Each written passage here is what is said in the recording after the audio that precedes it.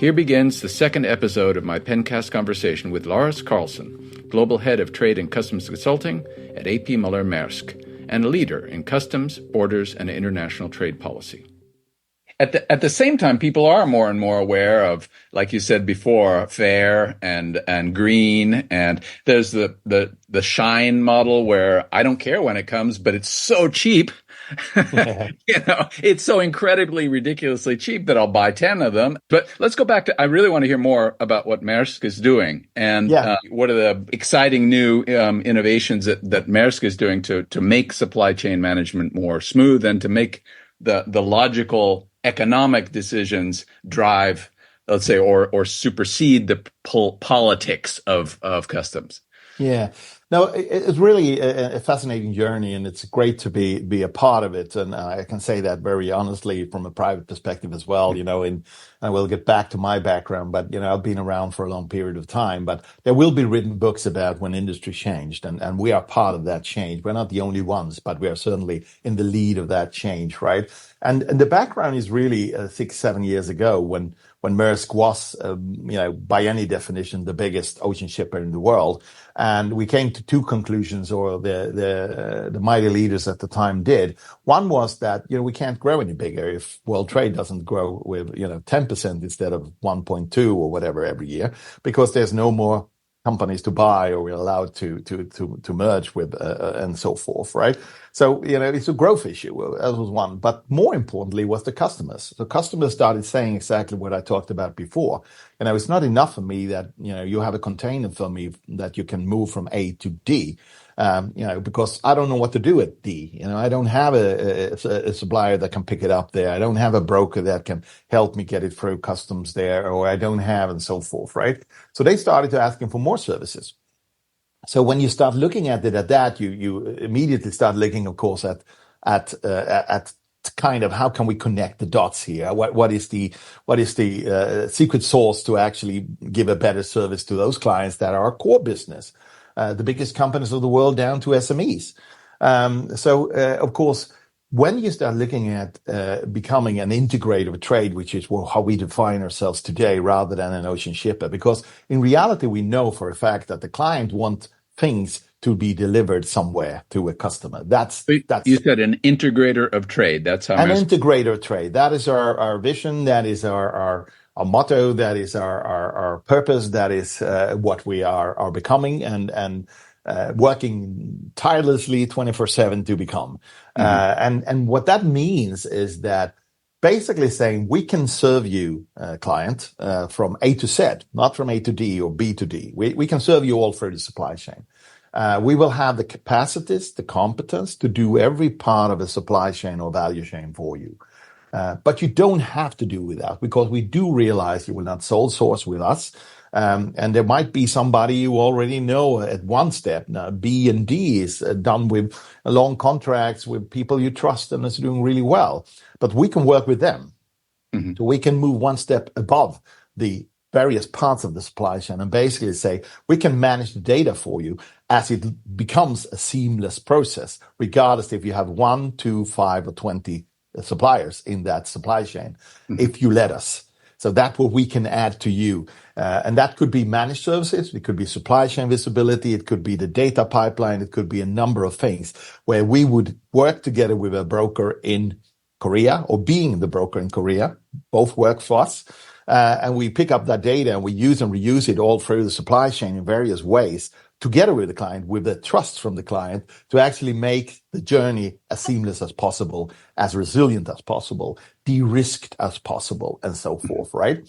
So the point is, of course, from our perspective, that, of course, if we are good enough also being the broker in Korea, well, then they can use our service, because it's certainly easier for us to collect data from ourselves and use that in an integrated way. But it's very possible, and we fully acknowledge the fact that where in some other transport modes, I would just take an example, air. This was an early kind of strategy that was there, but it's also a totally different type of setup than international trade in general, or ocean for that matter, or land or rail, right? So what we said is that the clients will have to, they want to change. Sometimes they want to go by rail. Sometimes they want to go for green reasons. Sometimes they want to go by ocean because they have volume. Sometimes they want to go by air. We need to do all of them. We need to be able, in a specific supply chain, to take some things out and move it quicker. Seamlessly, without any interaction from the client. It's just, basically at the end of the day, as automatic, as AI supported, machine learned supported as possible. So that is the basics behind it. If we can manage the data for the client, we can do so much more in resilience, in seamlessness, in making the predictability of that specific supply chain much better. So that's what we work on. Two things then needed to happen. We need to have the capacity we didn't have. Custom was one of them. So we did acquisitions on customs. That is how my former company, where I was managing director, right, in KGH, became a Maersk Customs Service Europe unit of Maersk rather than a standalone pan-European company. But we also need other things. We need e-commerce. We need a bigger network of terminals and warehouses. We need a different type of distribution line. We need inland transport, our own trucks, a number of things, and a number of partners that, of course, we can work with that can be as integrated as possible with our services. And then on top of that, we are going really, really hard, of course, in the development of the intelligence and with the data and management of this, and how you actually then use and reuse that data with, again, voluntary means from the client, of course, to do so, in everything from, how to analyze where risks are, how to put up different production strategies or sourcing strategies or routing strategies. So if a company had, for a risk perspective, one production line in China, we say, well, you maybe need three different ports out of China instead of one mega port out of China. You also need another production site somewhere else, and you need to be able to scale that up in 2 weeks to taking over if something happens in one of the other three you've just put in place. And the latest addition to that from a customs perspective is that while we for some years have become really good at doing these type of sourcing and routing strategies and supply chain management or lead logistics, and control towers and 3PL, 4PL control towers and so forth, what we haven't done is then, if you actually reroute, if there is a strike or there is a pandemic outburst in one of these mega ports, how fast can you move your production, scale it up on the other side in another country? But what does that mean at the destination? Also from a customs perspective, from a free trade agreement utilization perspective, and a number of other things. And that's what we do today. We are already there when we do the strategy with the client to see, well, this will actually work because, you will not run into delays and problems in US because it's just coming from Indonesia instead of China, or from Vietnam instead of India. And that is taken into account, and possibilities then to vary these type of parts of your network in an optimized way to be as resilient and efficient as possible. So this is the integrator, right? This is where we are going with this. And we already have a number of big clients that share the vision with us, that co-works and co-designs these type of system solutions for us. And what we are doing right now is working heavily, and including in custom, we can come back to that on AI, to see how can we use this data pool that we have together with clients of actually becoming much more better in predicting risks and delays and what you have from major general risks from these type of interrupters or delay type of things, but also to customs, right? We know, as an example, to end this long answer, that during the pandemic, as an example, when this was accelerated because everybody saw what it means, right? You go in and you buy something, and one supplier says you can get it next week. The other supplier said November. I said, why is the difference here? They're different supply chains. That's the reason, right? So what we are seeing then, as people have raised the awareness of what is really making a difference from that vision of having an integrated, more seamless type of supply chain offered, is that maybe 23% of the delays wasn't caused by the pandemic or by domino effects of containers being at the wrong place or trucks not picking up at the time. It was actually customs and border issues. Those customs and border issues was there before the pandemic. They were just not visual. People didn't see them. They weren't visible. So when we saw them on top of being delays for all of these other reasons because of the pandemic or because of any other of the black swan incidents we've had, we just started to say, well, that's 20% can go down to 3%. We can take away 90% of the delays just by, being better in compliance and actually making sure we know what's going on together with the border agencies. And that's where the secret sauce is, to do that really well.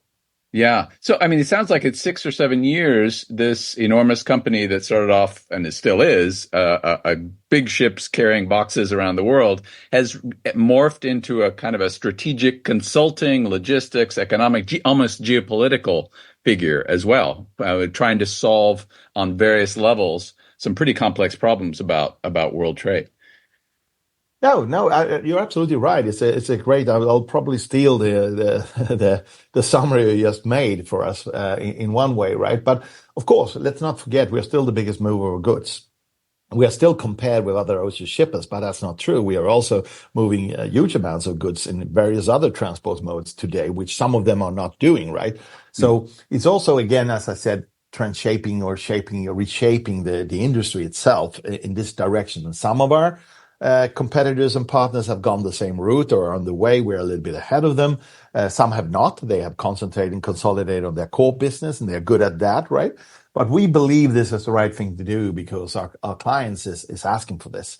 They just want more resilience. That's what they want to do. And then you need to have supply chain visibility.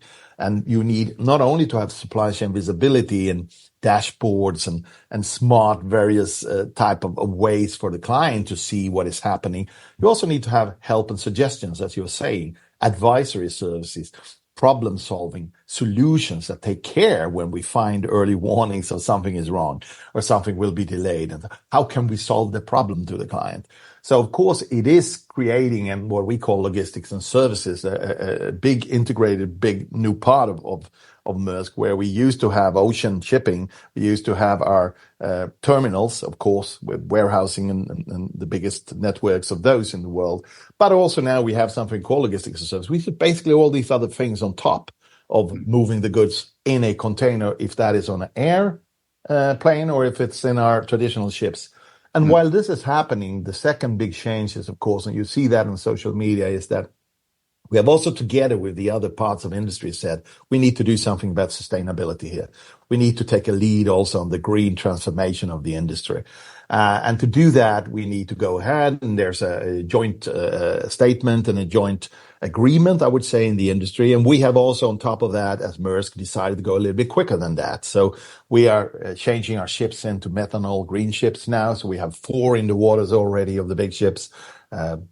Many more to come. And at the end of the day, of course, will replace all the traditional container ships. And that goes again also into electronic trucks and whatever green development there is on air and rail and so forth as well. So it's a big transformation in itself to become sustainable and contributing to the sustainability goals. But again, we need to talk about the big tsunami of new ESG regulations that is now coming, that is also hitting this. And by the way, will be probably the biggest driver for what we talked about in the beginning. How fast can we digitalize? How fast do we need to digitalize? Because the regulator is changing right now. And of course, trade needs to be a part of that solution. Now, the issue is, how do we implement that? How do we apply what regulators now are doing on ESG? This is fascinating. Wow. A lot on your plate. A lot on plate. And I just remembered I didn't fully answer. And I think from my diplomatic career in the past, kind of avoided that American election Palantir situation again. Should I be saying something about what happens in the world? Now, one thing I can say without going in and doing the $1 million question of who will win the U.S. presidential election in October, November. But, what we will see is continuously this big fight between one hand of regulators or countries or trading nations that actually says, trade is the best thing we have. It's the only thing that creates growth here. I need more trade. I need green trade, of course, because that's what my citizens demand of me. And that is the driver of there. On the other hand, we also have the protectionism here. As I said, 3,000 plus new trade barriers the last 3 years. doesn't go very well with trade facilitation, simplification, and trade being the big driver of growth, right? So there is a kind of a difficult battle there that is going on, and that will continue. People who think that there is we go back to something, or we will see a more silent a period where there's not much disturbance and so forth. I can promise that it's not going away. This is the new normal, right? What the next crisis is, we don't know. What we do know is that we get better and better to handling crisis, right? Mm-hmm. So this time, because of the Houthi rebels and the Red Sea situation, we were much quicker with the systems we are already creating and now developing of rerouting and doing that in a smarter, better way than we did last time.